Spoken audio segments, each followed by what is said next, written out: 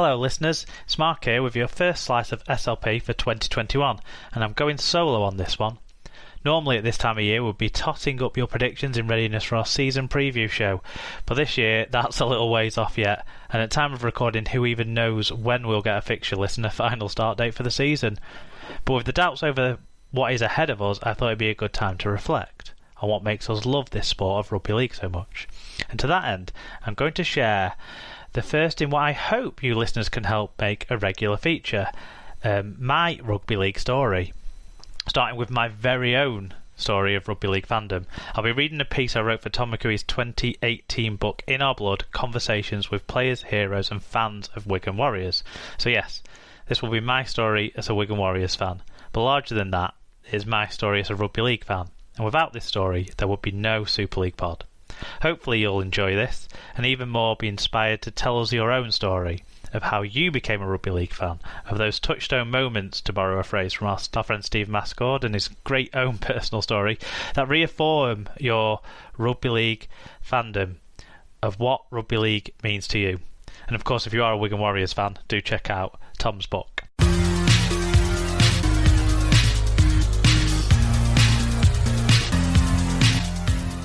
I grew up as a skinny, bespectacled kid in a football-loving household in Lytham St Anne's, about 40 miles northwest of Wigan.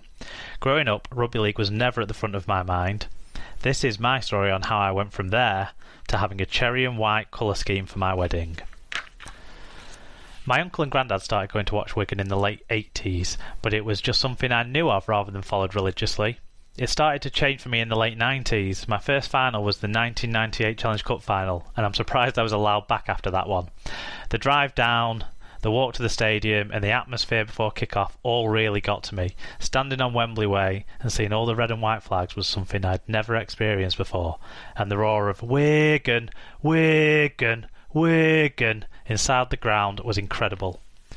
Going to Old Trafford for the inaugural grand final and seeing Wigan lift the trophy pulled me in even more. Jason Robinson's try that night was my first I was there when moment as a Wigan supporter. It was the kind of try that each time I remember it, Robinson starts from 5 yards further away from the line and he beats another Leeds defender on his way to score. When we moved to the new stadium, I started to share my season ticket with my brother. The big games had a real sense of atmosphere and intensity in the stands, and this was always matched on the field. Something was always happening. There was still enough of the names and faces I had seen lift cups on the TV for me to feel a sense of history. Farrell, Betts, Radlinski, Connolly. There were new, fast and exciting players from overseas, Dallas, Renouf. My brother got a job collecting glasses in a pub on a Friday night and the season ticket became all mine. By the 2000 World Cup I was a fully fledged rugby league fan. The M6 and the M62 had become my favourite roads to travel on. They meant I was going to see something special. Nothing that year was more special than Farrell wide to Renouf up the touchline, then that pass inside to Radlinski against Bradford. We were sat right behind the Farrell conversion, so it went over to snatch victory away from Bradford. Probably my favourite ever day though as a Wigan fan came at Murrayfield in 2002. To get one over on the old enemy, playing us underdogs, was awesome. Chris Radlinski's try savers still live strong in the mind. Gary Connolly scored his try right in front of us, but driving away from the ground will always be my lasting memory of that day. U2's Beautiful Day came on the radio as we were driving past some Saints fans. My uncle leaned out the window, Wigan scarf stretched out, singing the chorus at full voice. Obviously the next few years weren't quite as successful for Wigan, and that specky kid had become an awkward in-betweener who hadn't quite found his place yet. Going to Wigan became a personal experience. It was a chance to release a lot of life's frustrations through chanting and cheering, clapping and shouting.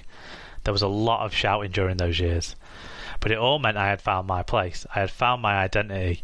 People who knew me now knew me first and foremost that I was Wigan Rugby League fan. The next truly special night I vividly remember as a Wigan fan was the great playoff comeback at Bradford. Nights like that have the classic hug a stranger celebrations that only a special away victory brings.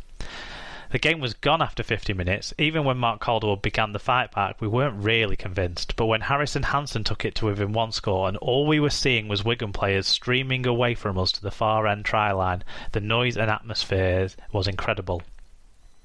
I definitely felt like us fans played a part in upsetting the Bradford players into the error that Calderwood scooped up to complete his hat-trick.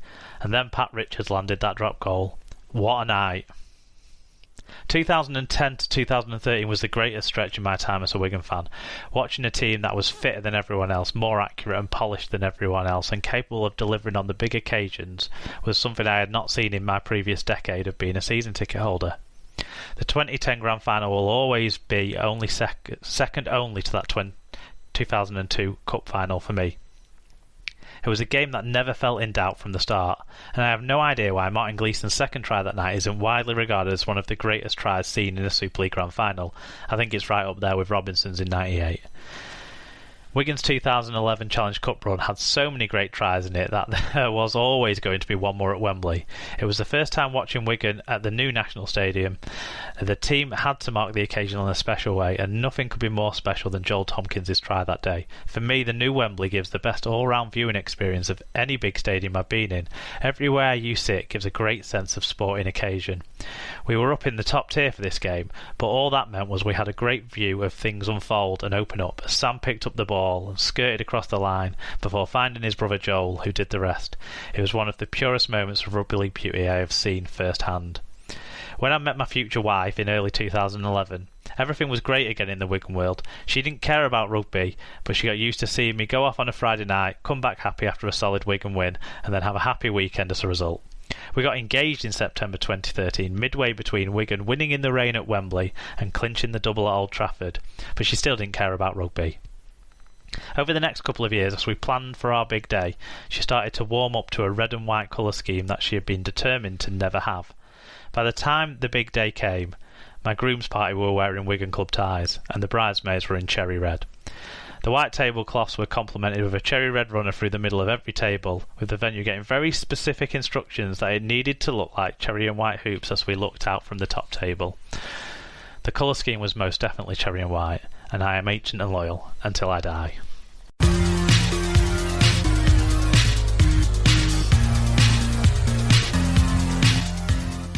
So obviously that was my story, and as it was my story as a Wigan fan, it was missing a few key moments like the great experience of the 2013 World Cup, for me the best one in my time as being a Rugby League Cup supporter, or of course the start of this podcast in 2014, with this episode being released 7 years to the day of our first ever episode going live. Then the wonderful memories this show has helped create along the 7-year journey so far as well, the magic weekends, the meetups, the kids' TV shows, the lot. If you want to share your own story, send them to us at superleaguepod@gmail.com. Make them your own, record them in your own voice, or send them to us to read out. Or just send them to us to share with us, even if you don't want us to share them with the other listeners. We'll love reading them just the same. Heck, if you don't want it to be a monologue, just let us know and we can record a chat about it just the same. That's another way to do it. And in the meantime, look out for those 2021 SLP listener predictions. They will happen eventually. And until then, keep as safe and as well as you all can right now as we look forward with hope and optimism for a better tomorrow, for Rugby League and for us all. Goodbye.